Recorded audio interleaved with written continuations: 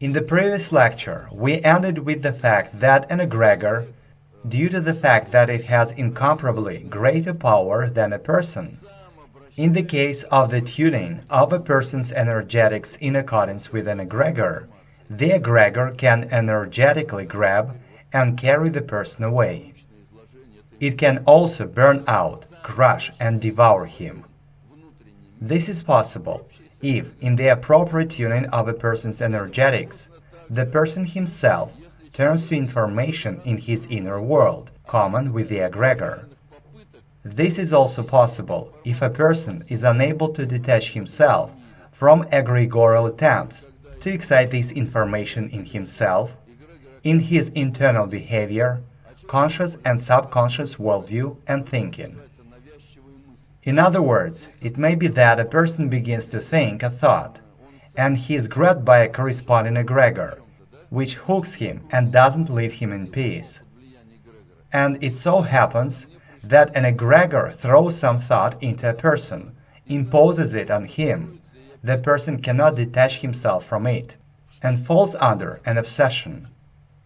In the case of establishing a stable energetic contact and a minimum of information commonality with an egregor, through a system of associations, mutual connections of concepts and images of the inner world of a person, including unconscious ones, all the remaining information carried by the person can be activated by the egregor in behavior of the person.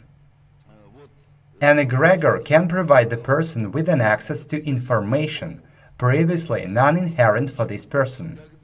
An egregor can plant into a person previously non-inherent information in the process of biofield contact. An egregor can temporarily block, more or less effectively, memory, intellect, and other levels and systems in the organization of the human psyche.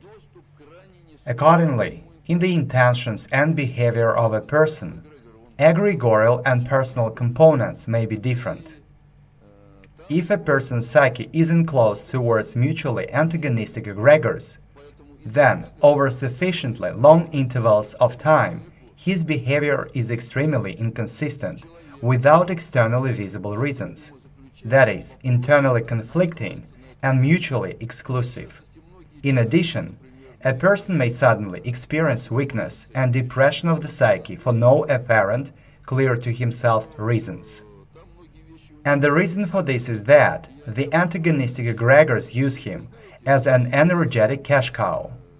Emotional excitement similar to drunkenness can be just as unreasonable and meaningless. Vladimir Vysotsky sang about himself, "I can simultaneously beat shop windows and read Schiller without a dictionary." This is a living example of being enclosed to opposite egregors.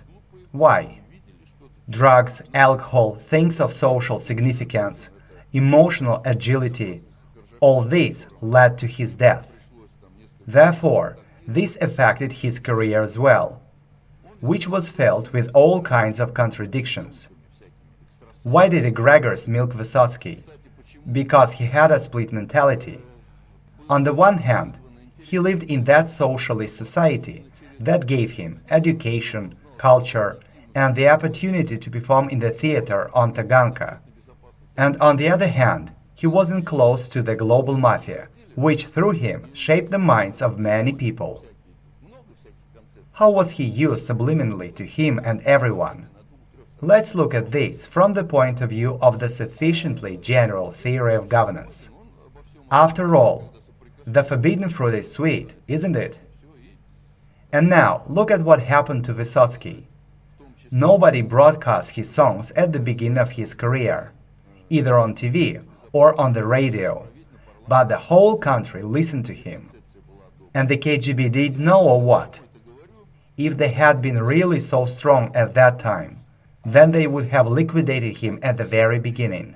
But they gave him the opportunity to live, write, reproduce. Why? Because certain forces needed him. Speaking of special services, it should be noted that all special services of all countries of the world, with no exceptions at all, are subordinate to one special service, the global predictor. It doesn't matter whether intelligence officers understand this or not. After all, everyone works for himself within the measure of his understanding, and within the measure of his non-understanding, for those who know and understand more. So, the most important thing is that the activity and creativity of Vysotsky was allowed. They did not oppose it. One should carefully think about this fact. And they made a hero out of him. But what hero? What did he form in the minds of people? All his creative work formed a rejection of the life of that time. That is, he prepared people for the rejection of the system of that time. And to what system, regime, did he call instead? To none. To put it differently, he affirmed through his creativity that everything was bad, and that's it. But he didn't say anything about how it was supposed to be. But the global predictor understands that the creativity of people like Vysotsky contains no blog for society. So, he was against the current regime, that's understandable. But what was he for then? Therefore, people like him have always been supported all over the world. Our lyricists, writers and others who criticized the current regime during the years of perestroika, many of them criticized the real state of affairs, and they did it right. But when the hated pseudo-communistic regime collapsed, the people asked them, "What do we have to do?" But they had nothing to answer the people, because they worked, many without realizing it themselves, only towards rejecting the existing regime, but not towards forming something new, more worthy. That is, they did not have goal setting, not to mention the conception of achieving goals. As a result of this, in particular, we found ourselves in a situation where there was and is no vector of goals, no entire function of governance. And those who knew and understood more, this was enough for them to achieve their vector of goals in relation to Russia. The next very important question on the topic of egregors is the so-called egregorial guidance. This is a guidance in the neutral sense of the word, since it can be either positive or negative. There can be egregorial guidance from mutually non-antagonistic egregors. Moreover, the time of life of these egregors can exceed the time of a person's life. At the same time, a person's guidance is carried out according to a long-term egregorial strategy and begins as early as the period of the maturity of personality in childhood. And this egregorial guidance may generate the illusion of personal wisdom and foresight, since through an egregor, a person has access to the personal experience and capabilities of many people in many generations that lived before him. In addition, an egregor protects a person from situations in which his personal incapability would become obvious. At the same time, it is possible, both as self-deception by the illusion of one's own or someone else's far-sighted wisdom, and as deliberate and unintentional deception by this wisdom towards others, which stems from real statistics of error-free decisions and actions. Here in the picture, you can see the time scale. Here is an egregor, which from the birth of a person takes that person under its guidance and guides the person throughout life until death. And the person himself may not even understand this. And now let's look at how magi, shamans, churchmen, priests, all kinds of psyches and so on govern. I suggest naming this entire subgroup of people magi. In the presence of practicing psychic magi in society, every egregor, including non-human ones available to them, is a means of governance of life circumstances that encompasses a multitude of people, a system, and in particular, society, on the basis of distortion and suppression of the free will of people whose psyche is enclosed to the egregors controlled by magi. This, through various kinds of egregorial obsessions, leads to the elimination to a greater or lesser extent of the true life religion between people and God. Here in the picture you see a shaman, an egregor, and people connected to the egregor. Here he skillfully feeds some information into the egregor, and that information spreads through the minds of the people connected to this egregor. The shaman is an authoritative person for the people who listen to everything he says.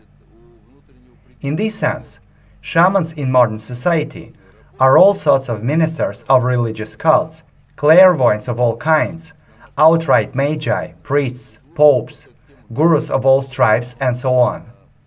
They form a false picture of the world in the psyche of people, either unintentionally or with malicious intent. It doesn't matter. An egregor can become for them a means of anonymous use for their own purposes, of personal capabilities of other people connected to the egregor, if the used people are unable to reveal the thematically oriented excitation of their psyche from the outside through an egregor. And if they are unable to protect their inner world from the invasion of an egregor, in this case, the magus shaman, who governs the egregor, can himself be governed from the outside, like by a robot. Here in the picture, you can see that it seems that the magus governs the egregor, but in fact it turns out that the magus himself is governed from the outside, by means of another egregor of a higher level of hierarchy. This picture is fully consistent with the essence of what happens in all Christian churches in the name of Jesus Christ. That is, the egregor of pseudo-Christianity dominates the church hierarchy, and they spread this onto their flock. This kind of magus shaman can himself be a slave of the egregor because of the biofield energetic dependence on this egregor. Leaders of some parties belong to this class of shaman. I will tell you that I saw performances of Viktor Anpilov, and I saw them close enough, so his hands are trembling with anticipation. When he speaks in front of a crowd, he is energized, and he really gets high from it. You can see it for yourselves. The thing is, the content of such speakers is ignored. It is no longer important for them what to say. It is important how to say it. There is no content in their speech, but only emotion. Today you are pumped up with emotions. Take an emotional dose, and tomorrow you forget it. These slogans give nothing but the high and egregorial emotional frenzy. So, those who understand all these processes and phenomena support these magi. The latter themselves turn out to be slaves and hostages of egregors. Without being fed and without a dose, they cannot live. Moreover, without an egregorial emotional dose, they can even get sick. We touched upon the topic of egregorial guidance, but now we should talk about what dangers await a person from egregorial guidance. Energetic dependence can be not only acquired in adulthood, but can be a consequence of the fact that a person grows up under egregorial guidance. In this case, energetic dependence can be informationally reinforced by the fact that the egregor has been protecting the person all his life from contact with egregorially alien or egregorially unacceptable information.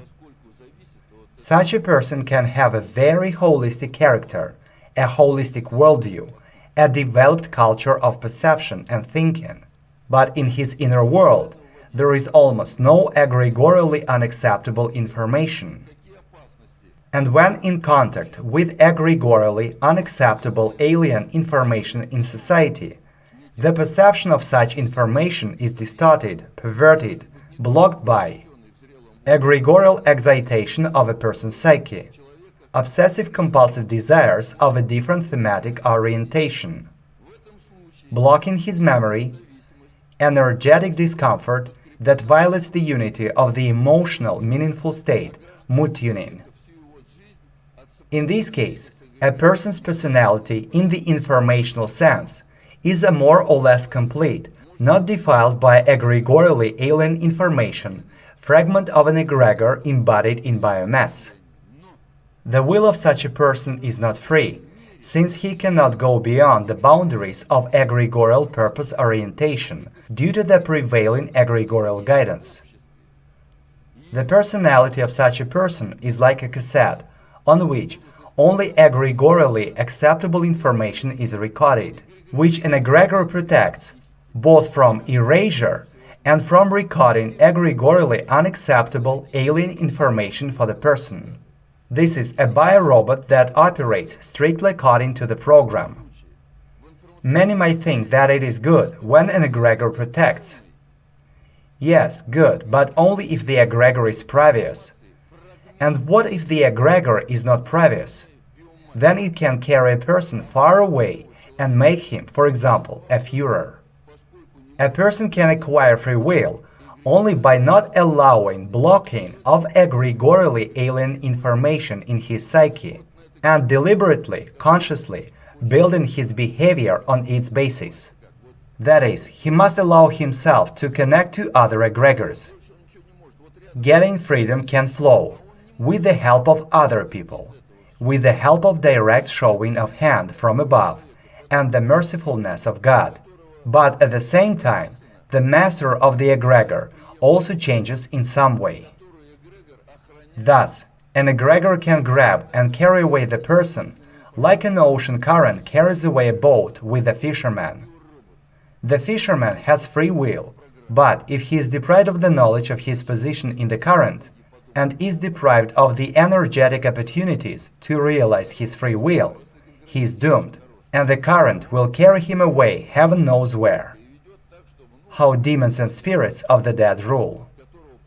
If an egregor contains in itself spirits of the dead, or their informational duplicates, or if demons belong to it, in fact, demons and the alike are fragments of an egregor containing vicious information and algorithmics. Then some spirits can act in the bodies of living people as settlers, individual direct possessors, in relation to the spirits of egregorially dependent people, including in relation to magi, shamans, etc. Let me repeat. Egregors contain the spirits of dead people, also demons, the informational algorithmic content of which is contrary to God, and so on. And all this can manifest itself in practical activities, dreams, behavior, obsessions, obsessive-compulsive desires, the psyche of people connected to this egregor. Now, let's talk about biofield invasion and protection from it. Since biofield invasion is possible only with energetic informational commonality between some fragments of the human psyche, or his psyche as a whole and the egregor, then in this case, one of the means of protection is the energetic informational alienation of the psyche state of a person towards the egregor. This presupposes governance over emotions and meaningfulness in a united process of thinking. So it is necessary to understand in consciousness and stably keep the flow of egregorially alien information in the unity of the emotional meaningful tuning immediately upon detection, discernment, recognition of an attempt of a biofield invasion. This concerns the protection by personal means from all intrusions into the psyche from the outside, demons, psychics, and opinions clearly imposed on society, and not just egregorial incursions. In the conception of social safety, we say that a person must observe emotional meaningful unity. Emotions should not prevail, just as meaning should not prevail. You cannot be cold and lifeless, but you also cannot lose your head and be ruled by emotions or idolize them. Therefore, emotions should not prevail over the content side of life. However, if a person is able to consciously and purpose-orientedly rule his sensitivity and his ability of detection and recognition, then he can consciously accept the program, strategy, goals of the invasion into his inner world and treat them as he deems appropriate. A person can Agree with this information and begin the implementation. Take into consideration for further pondering, comprehension. Begin to actively counteract it. I mean to say that one should not be afraid of any information, including egregorial intrusions. It's just that if you understand how this is done, you know and are able to rule yourself, that is, to be self-governed. Then, at the moment when you feel an obsessive-compulsive desire, you begin to meaningfully and consciously analyze what it offers you. If you are not satisfied with the consequences of this obsessive desire, then you activate your free will and stop its action, intrusion. You detach, disconnect yourself from it. If a thought comes and after an analysis you are satisfied with its content, then you can follow it. If it partially suits you, then you follow only in the part that suits you. But in any of these cases, there is a possibility that some information will be objectively perceived by a person in unconscious images. That is, it will be below the threshold of sensitivity. This kind of information is an informational mine that can be activated later. That is, the invasion into the psyche in this case will take place anyway and will have some success, sufficient from the point of view of organizers. Special services and all kinds of church orders have the skill of informational mining. By the way, special services learned this from church orders. So, such information is planted into a person in such a way that he does not even understand that it has been planted into him. And then it gets excited, activated, and the person jumps out of the window for no reason, for example. How is it done? So, there is a person. He is connected to an egregor and interacts with it in one way or another.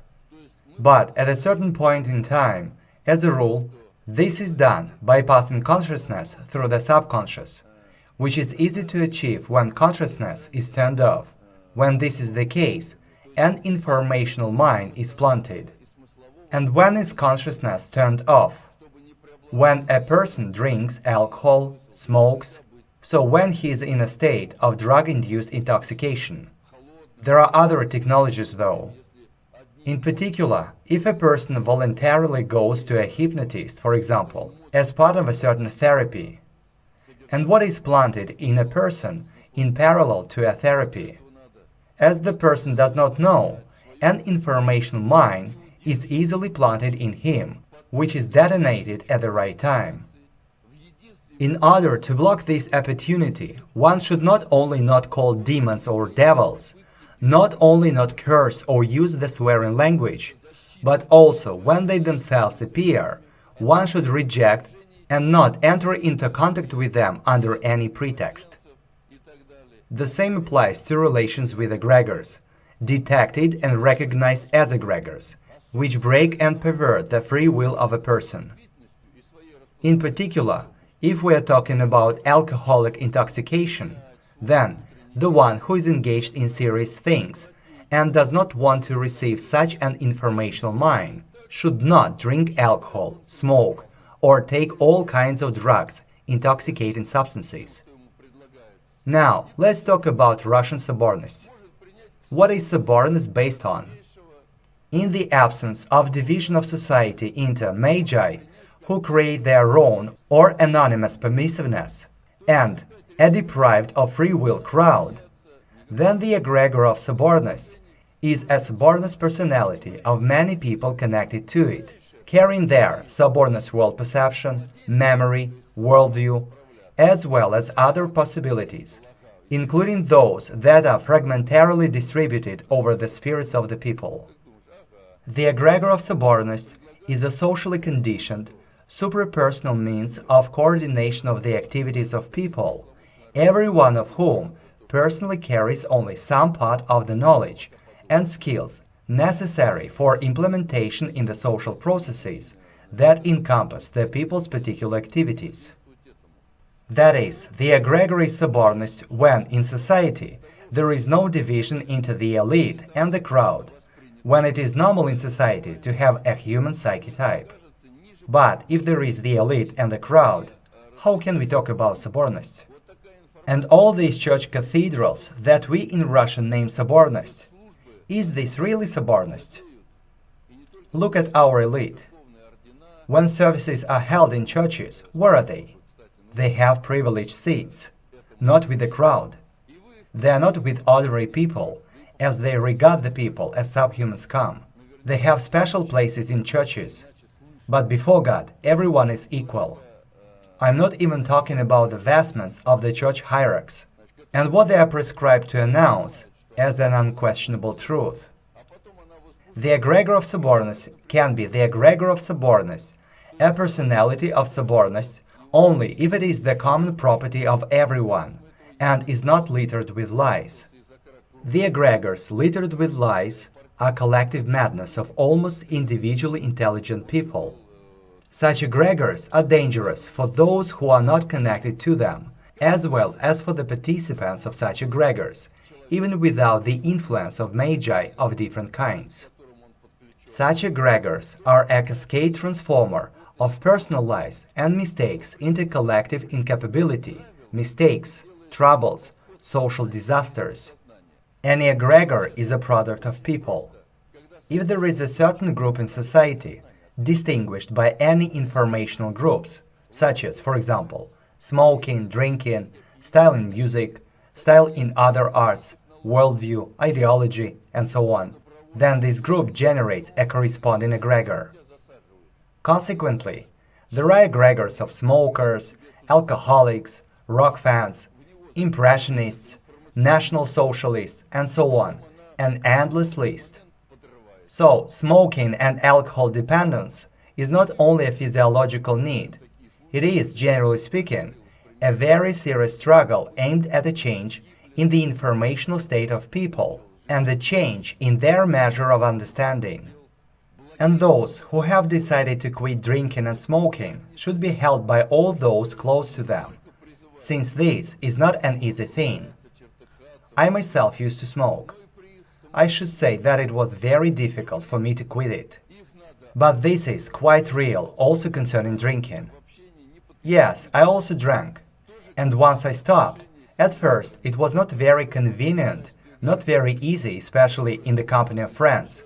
But then I got used to it. I myself felt all the ease of life without alcohol and cigarettes when I overcame this informational state. Moreover, now I find it ridiculous and even disgusting to look at these people that gather for a drink and smoke, discussing all kinds of nonsense and calling all this rest, having a great time. When I now meet my friends, I have a cup of tea with them. And believe me, it is interesting for us to communicate. An egregor, as an energetic informational system carrying a stable purpose orientation of activity, can interrupt and/or distort the process of a person's mastery of criterion, distinction, if the person connected to the egregor has come into contact with egregorially unacceptable information.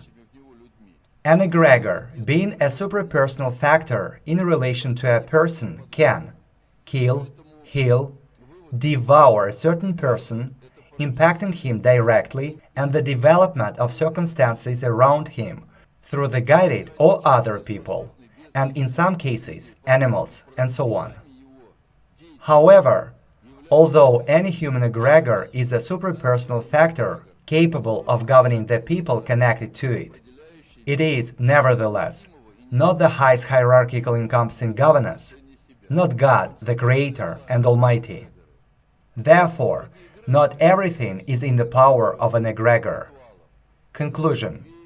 An egregor is a product of generations of people, their collective biofield, spirit, energy and information, limitedly capable without the people themselves, since the conductors of its activity in society are the people whose psyche is enclosed to this egregor, consciously or unconsciously, and whose psyche determines the measure of what is permissible and what is not, concerning the guidance of this egregor in relation to the psyche. Conceptual power and egregors. Many egregors, primarily the egregors of cult rituals, churches, orders, brotherhoods, are the artificial implantation of conceptually powerful people. Everyone thinks that mafias, Freemasons, brotherhood orders determine the cause of things. But in reality, they are just a tool of conceptually powerful people. So, they are a consequence, an effect of this conceptual power, but not a cause. Go back to the global predictor scheme that we examined. The global predictor is up there, and all sorts of Freemasons, Zionist organizations, parties, movements, these are all distracting signs for the crowd. The egregor, which is oriented towards achieving specific goals defined by conceptual power in relation to an egregorially dependent society, in this case, such an egregor is, in principle, incapable of guidance in solving conceptually alien tasks. That is, the egregor oriented towards enslavement can only enslave, like Judaism, and the egregor oriented towards consent to enslavement and brown-nosing before the enslaver cannot guide in opposition to the enslavers. The example is post-Nicene Christian churches. So the Torah tells the Jews, "And thou shalt reign over many nations, but they shall not reign over thee." What does reign mean? It means to govern, to manipulate. That is, the Jews were put in a situation which has no way out. After all, they are told by default that either you Jews will reign over all nations, or you will be reigned over. Choose. So they are captives of this thought, implanted by the ancient Egyptian Retzes under the guise of God. This is the strength of conceptual power. The egregors, where these thoughts are cultivated, have been supported for centuries, and such egregors can only enslave. But another egregor, the pseudo-Judeo-Christian one, says the opposite. Humble yourself, repent. Let every person be subject to the governing authorities, for there is no authority except from God, and those that exist have been instituted by God. So if you want to go to heaven, then obey your masters. The Sermon on the Mount. But I say to you, do not resist the one who is evil. But if anyone slaps you on the right cheek, turn to him the other also. And if anyone would sue you and take your tunic, let him have your cloak as well. Thus, conceptual power includes the cultivated power of the slave masters to the cultivated egregorial predisposition to civility and submission. So, it turns out that some by their artificial egregorial nature are slave masters, who were purposefully programmed by the global predictor, while others, by their artificial egregorial nature, are lackeys, also programmed by the global predictor. So, through conceptual power, the global predictor formed the crowd elite society, where the elite are mostly Jews, regardless of the state, country, and the crowd are Christians and followers of all other religions and other religious cults, which are all crushed by the biblical project. This is clearly seen in the global predictor diagram that we presented to you. So, all these churches, due to their civility as a quality of the system, cannot resist the global mafia. By the way, I talked with quite high hierarchs of our Orthodox Church, and so they asked me, what can we do? They, in the context the Jews, have all the money. In other words, they agreed, humbled themselves, accepted it, and so on. So where does this position come from? Did it appear somehow by itself? Or is this a personal opinion of church hierarchs? No, this is an informational mine implanted in the heads of Christians and all those who uncritically perceive Christianity, and even if they don't go to church or do not perform any rituals. They may not even consider themselves Christians, or they may be indifferent to Christianity. This does not matter, as the culture is mainly based on this doctrine. And this is not necessary in order to be a carrier of all these informational minds, in particular informational minds of civility and submission. Likewise, church hierarchs, being zombies, simply follow what is implanted, laid in them. Therefore, they stand, pray, repent, perform services, and humbly perform all the rituals, but nothing changes. On top, there is the same global predictor. The periphery of the global predictor also consists of hierarchically, strictly ordered Jews. The crowd still lives poorly. But nothing will change somehow by itself, because God does not change the condition of a people until they change what is within themselves. Therefore, God is God, but don't be a clod. God helps those who help themselves. Depending on the purpose orientation of an egregor, this egregor can remain either neutral to the attempts of individual people to come to the solution of egregorially alien tasks, or it may try to block these attempts up to the physical elimination of people by means of deterioration of people's health, creation of a meat grinder situation around them, via the destruction of unbeneficial people, with the help of the emerging circumstances, with a high preliminary evaluation of the likelihood of predetermination of death. This applies not only to those who are directly interested in egregorially unacceptable information, but also to those who are identified by an egregor, through an egregor by its owners, as potential accomplices in achieving egregorially conceptually unacceptable goals. What is it about? So I'm sitting in front of you, and I'm honestly telling you that I have conceptually defined myself.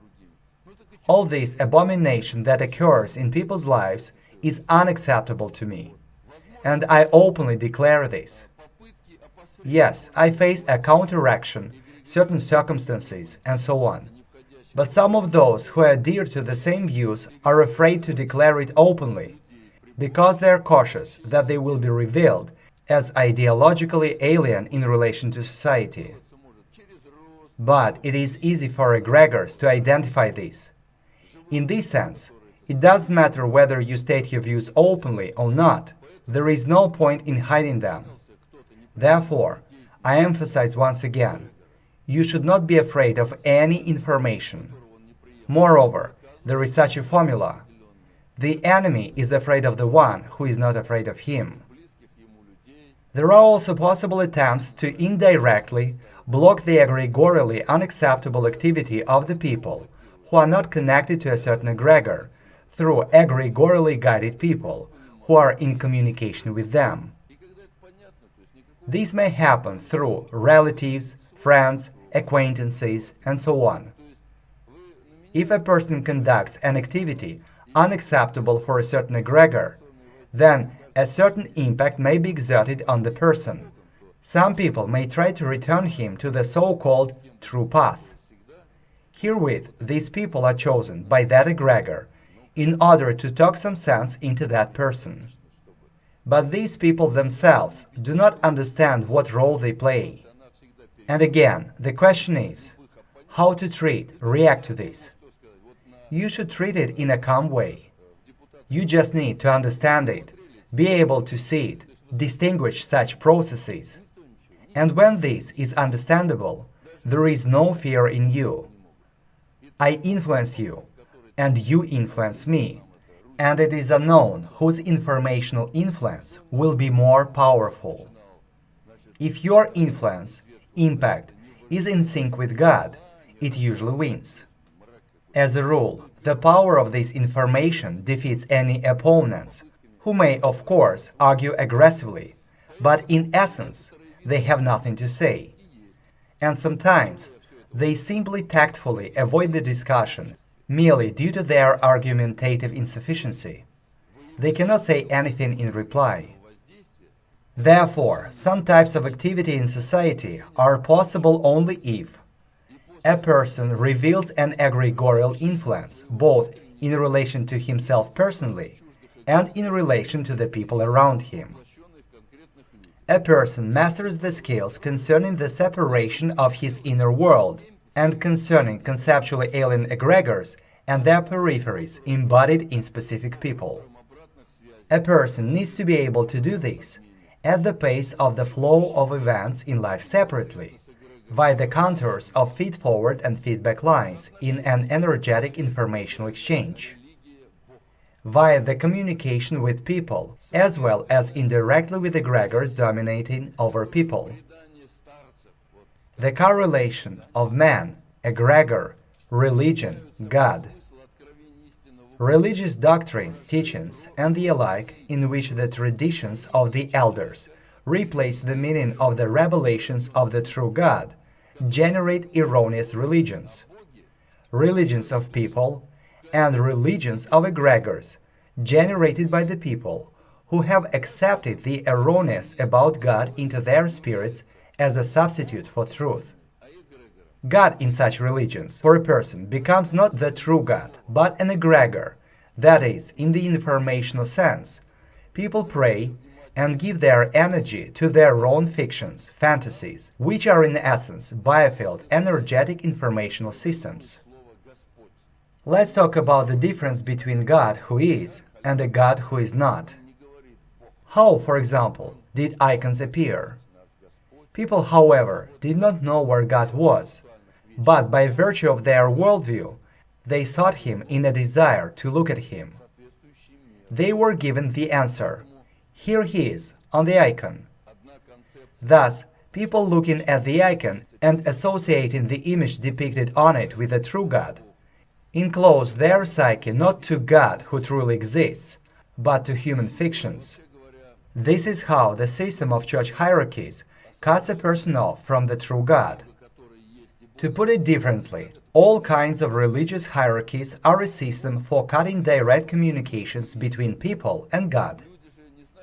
That is, go to the priest and confess to him, to the intercessor who will put in a word for you before God, and so on. This is one of the building blocks that is input in the creation of the crowd-elite system. Every cricket must know its hearth. So you, servant of God, sit still and do not chirp. Before God, you, slave, do not have the right to stand up personally. You have to stand before a priest who will put in a word for you, plead your case before God. Therefore, historically known, Genesis, oracles, sages, prophets, wonder workers, saints, the righteous, other special people, could be merely guided by God, or there could be varying degrees of darkening by the egregors of the image of God in them, and the distortion of information passing through them to society from above, up to the complete elimination of the religion of the true God, and the demonism of those who are deludedly revered as private people and benefactors. So, for example, the complete elimination of the religion of the true God was carried out by the prophet Isaiah. I have already repeatedly quoted this prophecy to you. This is pure Satanism. And thou shalt reign over many nations, but they shall not reign over thee. This allegedly was said to him by God. So it is clear that he received this revelation not from the true God, but from an egregor, the very specific egregor, the satanic egregor of pseudo-Christianity. And today, many who have gone astray honor this prophecy of Isaiah as a holy script, and Isaiah himself as a private man. Consequently, there is no fundamental difference between subordinating one's will to an obsession taken as the truth, energetic suppression, and subsequent informational algorithmic programming of the previously energetically suppressed psyche. One's possession by a certain egregor, a demon, a clairvoyant, and so on, directly or through a zombie transponder. This is the distortion and oppression of free will in a person, in his inner world, and suppression and elimination of the true religion between God and a person. So, how can you protect yourself from all this? There is only one way to protect yourself. Look at the picture. Here is man on planet Earth, and around him there are all sorts of egregors of varying degrees of darkness, lightness, demonism, and so on. And the way you can protect yourself is the direct path of communication between you and God, the highest hierarchical encompassing governance, without any intermediaries. No egregors, no demons, no psychics, no clairvoyants, no magi, and so on can prevent you from doing this. Communication of every person with God directly is a matter of two parties, a person and God, and no one and nothing have access to this process. The fact is that, as we have already said, a person is an eternal soul that is dressed in spiritual clothing and resides in a physiological body. So, all sorts of clairvoyants and egregors have access only to the spirit of a person, which can also be of darkness or lightness in varying degrees. But no one, except God and the soul itself, can get into the soul of a person. In this sense, the soul appears as a bulb that always shines with its privaceness, and the spirit appears as a lampshade of various degrees of spiritual dustiness, due to which the light of the soul is not visible, and the person can communicate with God through his sophist, the voice of which is heard in the soul, to which no one else has access. Therefore, communication with God is a matter of ethics of the inner world of man and God. To walk the straight path under the strict dictatorship of sophist, without demanding any reward for it, this is the path of a true human with a capital H, who lives in harmony with God, implementing God's designs on earth. In other words, every person, as it is said in the Quran, has to become a successor of God on earth. Every person should carry the truth of God to the rest of the people, and every person should be a prophet in relation to the rest of society. Because, as Pushkin said, everyone knows the truth, and it is distributed all over the minds of the elements of the supersystem, and every person has to pass this truth to the rest. And only in this case, we will achieve the goal set by God towards humanity. With the section about egregors, we are concluding our consideration of the sufficiently general theory of governance and the processes taking place in supersystems.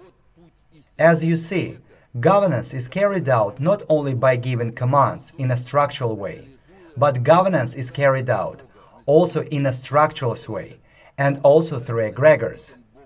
Governance through egregors is the highest degree of understanding and skill in governing over countries and nations by alien conceptual power.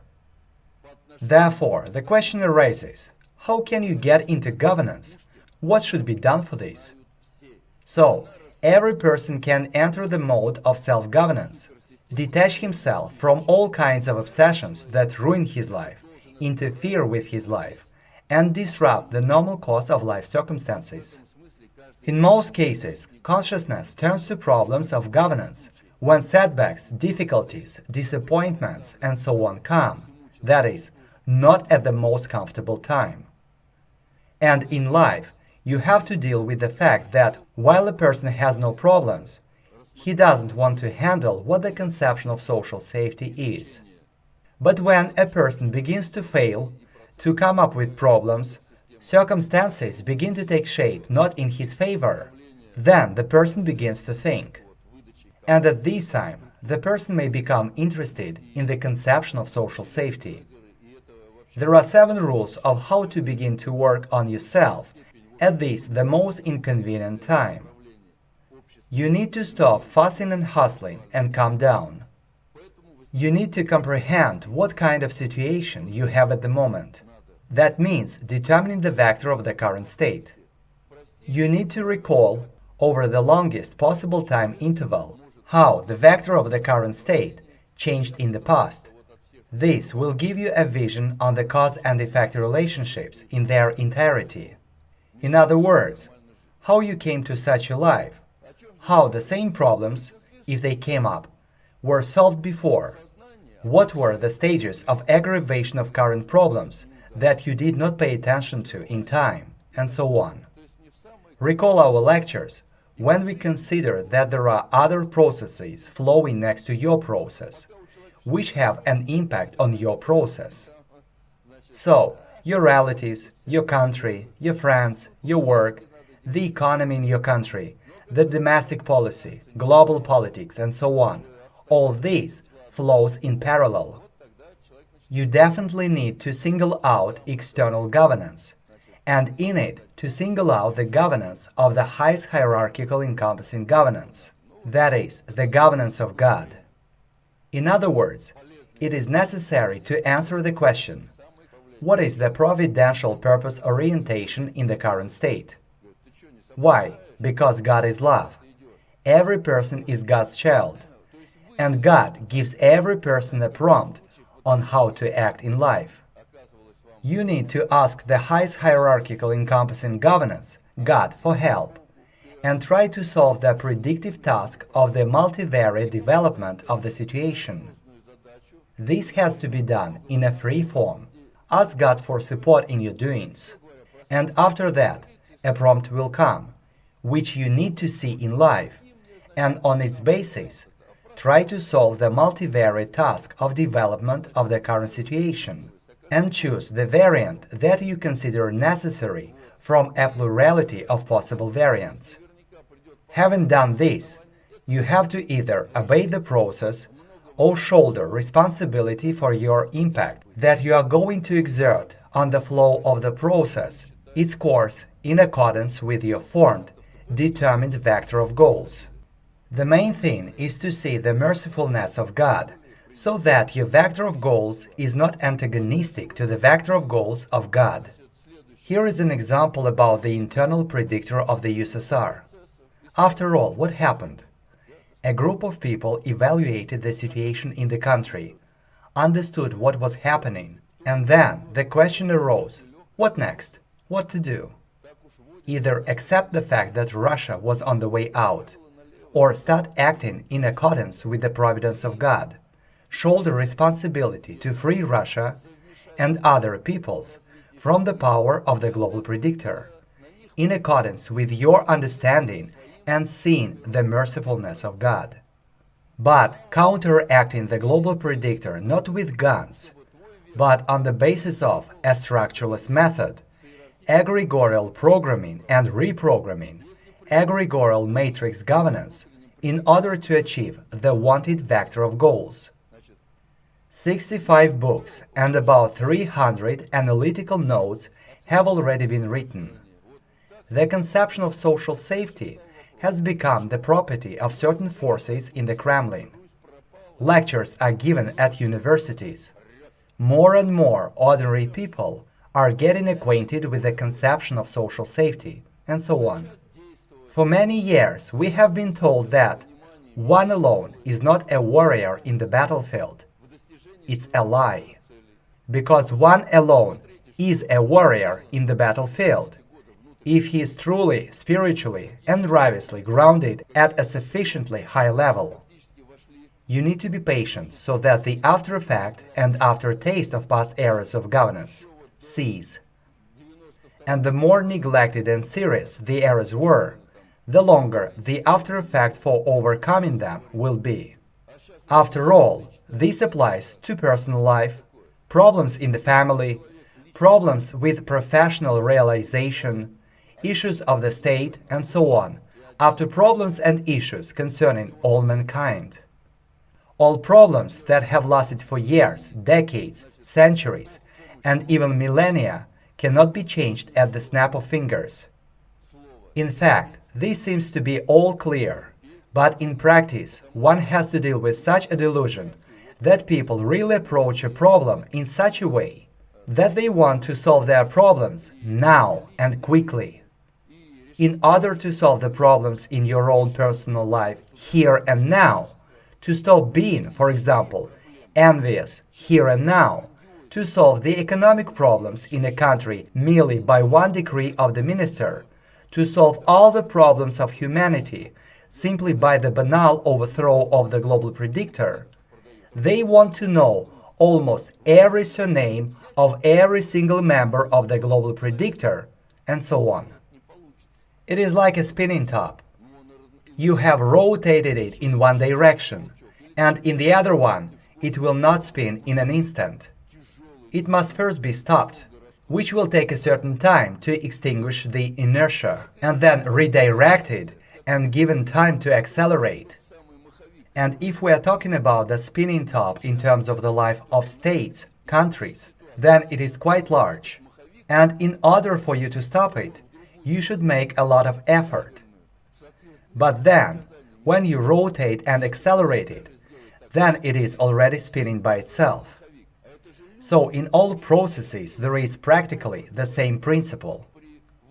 And the unprivate conception in which we live is the flywheel that the jresses of ancient Egypt pushed into spinning more than 3,000 years ago. And now this flywheel is spinning as if by itself.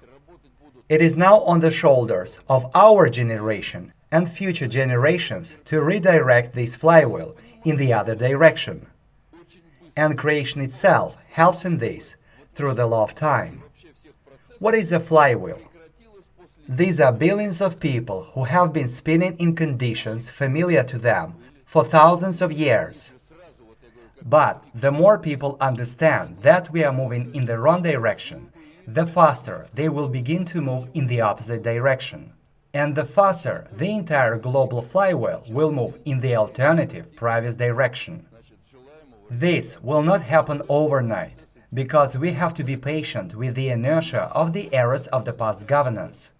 Nevertheless, the process has already begun. Therefore, the transition from the unprivate conception to the private one is a matter of time.